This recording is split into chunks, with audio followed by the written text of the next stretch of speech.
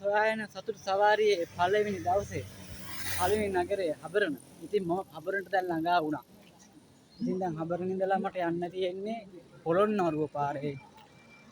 පොළොන්නරුවට යන්න බැරියේ මට මොකද පොළොන්නරුව කිලෝමීටර් 43ක්. ඉතින් කිලෝමීටර් 43ක් යන්න බෑනේ. කොහොම හරි මම මින්නේරියට පයින් ගිහිල්ලා මින්නේරිය කොහෙද නතර වෙන්න තමයි ටාගට් එක අද මට. ඒතකොට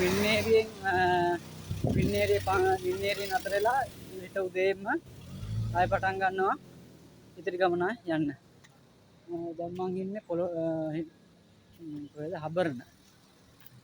හබරණ ටවුන් එකේ දැන් ඉන්නේ. ඉතින් හබරණ ඉඳලා මෙතනින් හැරෙන්න ඕනේ මමට හැරලා යන්න ඕනේ පොළොන්නරුව පාරේ. හබරණට මින්නේරියට තියෙන කිලෝමීටර් 22ක්.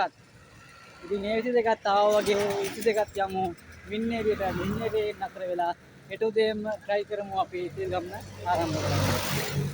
ඉතින් අපි හම්බෙමු එනම් මගදී.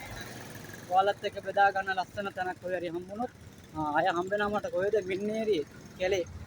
ඒකත් යන්න අමාරු පාරක්. මොකද හබරණ කැලේ වගේ තමයි ඒකත්. මේ හබරණ කැලේ වගේ මින්නේරිය පාරත් වනසත්තු අලි වගේ ඉන්න අලි තමයි ගොඩක් දුරට ඉන්නේ. ඉතින් ඒකත් දෙයියන්ගේ පිටෙන් මගේ හරවගෙන අපි යමු මින්නේරිය බලන්න.